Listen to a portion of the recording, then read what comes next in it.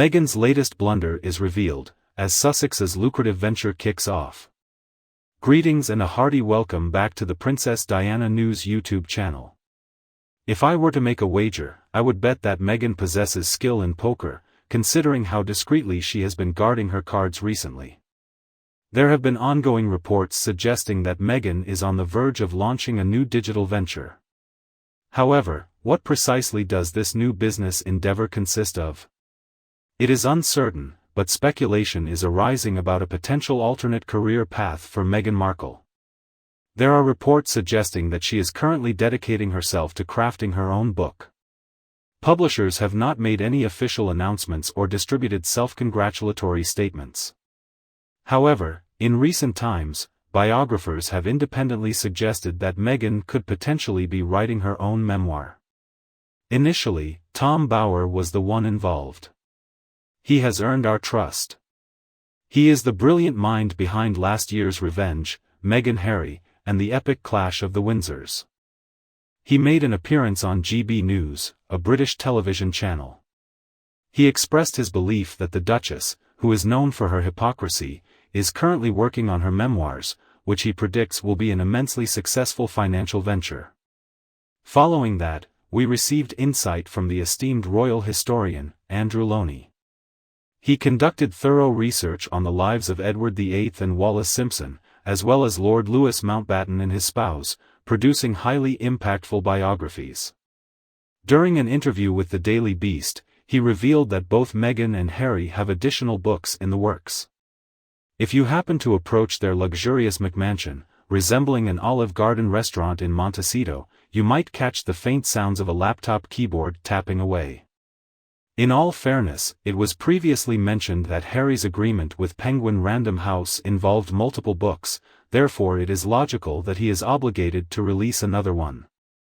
Harry has generously shared with the world an extensive account of his childhood trauma and personal struggles, spanning over 400 pages, including his candid revelations about his penis-related issues. However, Meghan Markle, who also possesses a narcissistic side, has yet to share her complete story in a personal book. It is questionable whether Meghan is suitable to write an entire book reflecting on her time in the royal family. However, that has never hindered her in the past. If Meghan is indeed writing a revealing book, my sympathy goes out to the staff members, including private secretaries and lower-level employees, working for the organization. It appears that dealing with a book authored by Meghan Markle is probably not high on their priority list. Although previous royal wives have published revealing accounts, I anticipate Meghan's forthcoming tell-all book will surpass them all. Has any other royal spouse displayed as much animosity and vindictiveness as Meghan Markle? It's evident that she has expressed her firm stance on not returning to the UK. She has no interest in being associated with Harry's family. She intentionally avoids attending a coronation ceremony. Last month, she was also absent when Harry returned to his home country for a short charity event. Meghan Markle is someone who has openly disclosed a great deal more about her hardships than anyone desired to hear. Clearly, it is evident that she has no interest in maintaining a positive connection with her in-laws. It has already been damaged. Meghan is an attention-loving woman who has no concerns when it comes to her association with the royal family. Additionally, Meghan harbors strong feelings of resentment and carries a significant burden stemming from past experiences. This book could potentially spell trouble for the firm in the future if it does happen to be written. She intends to document every instance in which she felt unappreciated or excluded, sharing her entire journey. And if her experiences are not sufficient, she will simply fabricate new ones. However, precedents exist of other royal spouses engaging in similar actions. In 1956, The Heart Has Its Reasons was authored by Wallis Simpson, also known as the Duchess of Windsor. During the 1990s, Princess Diana provided Andrew Morton with recorded responses to his inquiries. Her ex-flatmate transported them from Kensington Palace to the royal scribe on bicycles.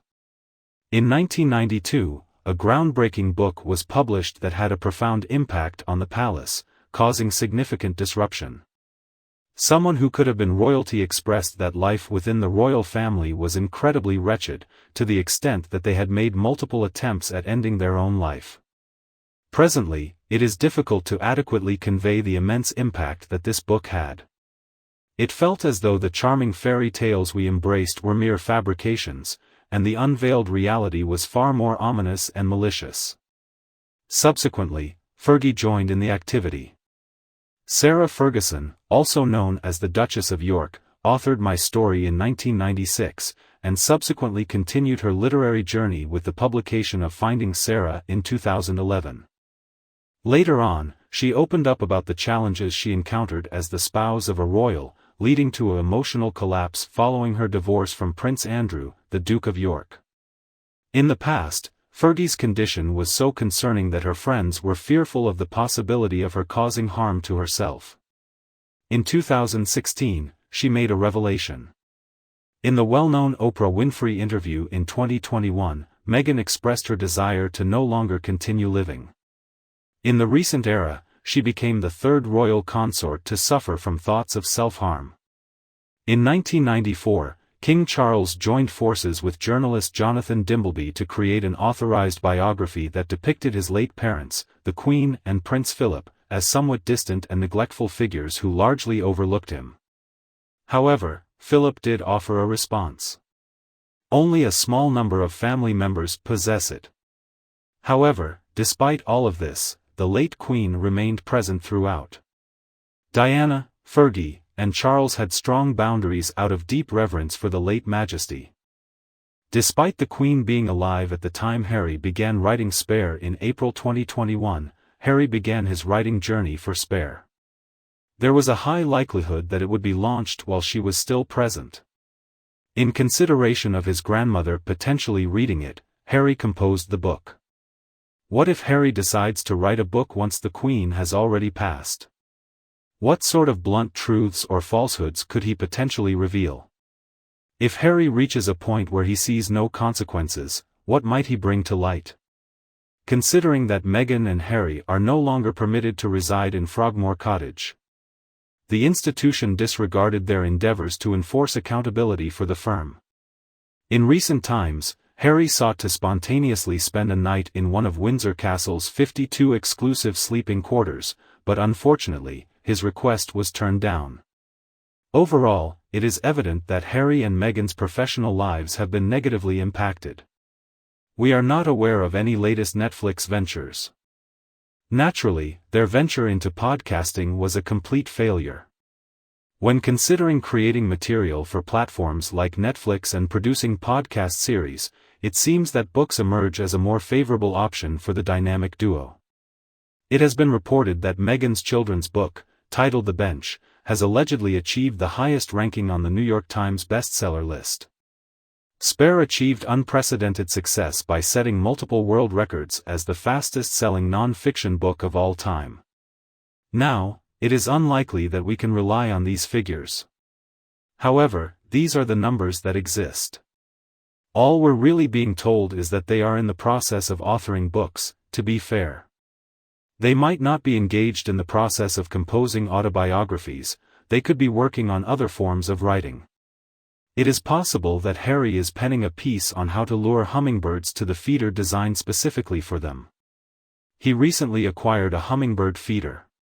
Perhaps Meghan is in the process of writing a guide on how to avoid certain behaviors, although the specifics are uncertain.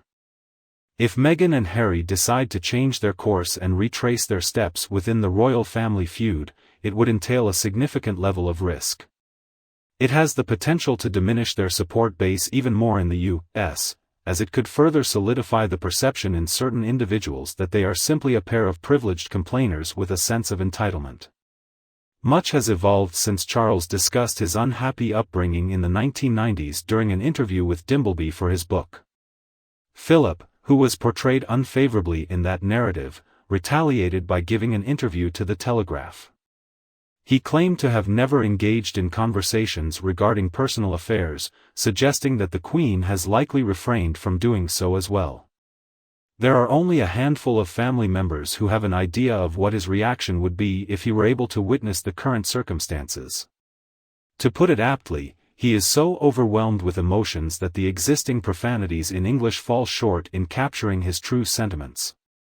Could you kindly share your thoughts on this news?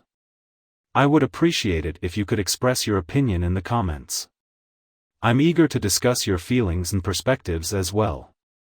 Feel free to distribute and appreciate my video with anyone who enjoys it, anytime you desire. Additionally, we kindly request your subscription to the Princess Diana News channel as a means of further supporting us. Once again, we express our deepest gratitude for tuning in.